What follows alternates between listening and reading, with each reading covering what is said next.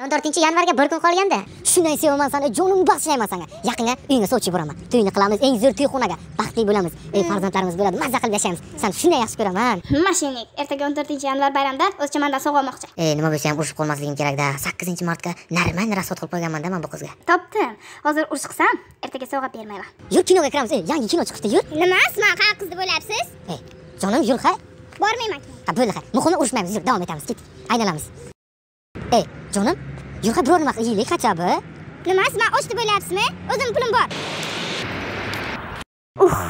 Qalamdan ishladi. Urush qilishga zo'r sabab.